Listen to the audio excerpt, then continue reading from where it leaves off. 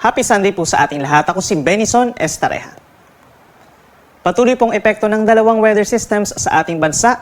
Una na po dyan yung malamig na northeast monsoon or amihan dito po sa malaking bahagi ng Northern Luzon, habang meron tayong shear line o yung linya pa rin po kung saan nagtatagpo ang malamig na amihan plus mainit na hangin galing Pacific Ocean.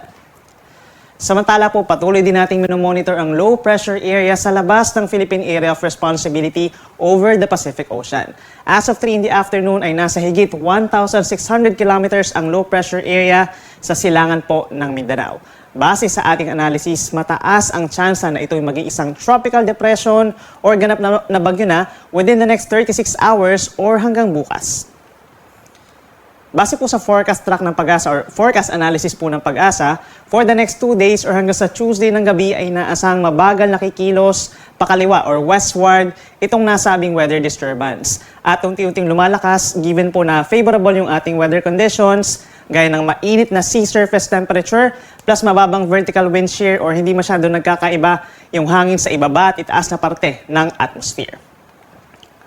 Pagsapit naman po ng Wednesday ng gabi, posible na itong pumasok ng ating area of responsibility at kung maging bagyo man po, ay papangalanan natin ito na Kabayan o yung magiging pang-11 bagyo for this year 2023 at magiging unang bagyo naman po for the month of November.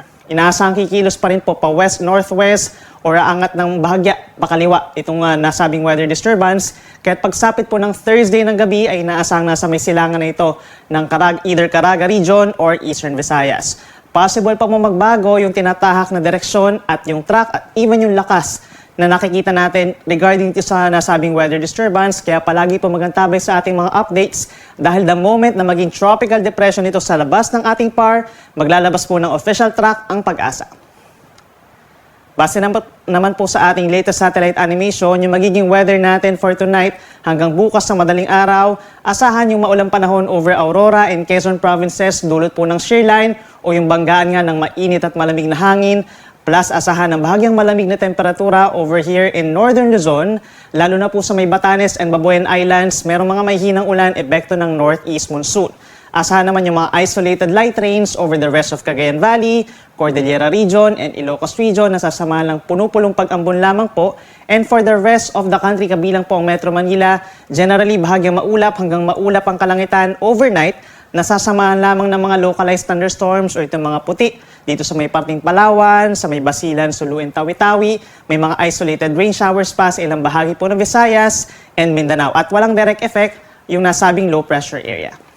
For tonight, asahan po natin ng matataas na mga pag-alon dahil sa paglakas ng amihan hanggang 5 meters po nasa halos 2 palapag ng gusali ang aabutin dito sa may parting Batanes, baybayin ng Ilocos Norte at hilagang baybayin po ng Cagayan kabilang na ang Babuyan Islands. May tendency po na pagbawalan pumalaot ang ating mga kababayan doon, lalo na yung mga nangingisda. And given na sa mga susunod po na araw ay lalakas pa itong ating northeast monsoon, mataas din ang chance na magkakaroon din tayo ng mga sea travel suspensions at matataas na alon dito po sa baybayin ng Ilocos Region hanggang sa may Zambales at dito rin po sa kabilang banda sa may Cagayan Valley, pababa po ng Aurora, Quezon at silangang baybayin pa po ng Bicol Region.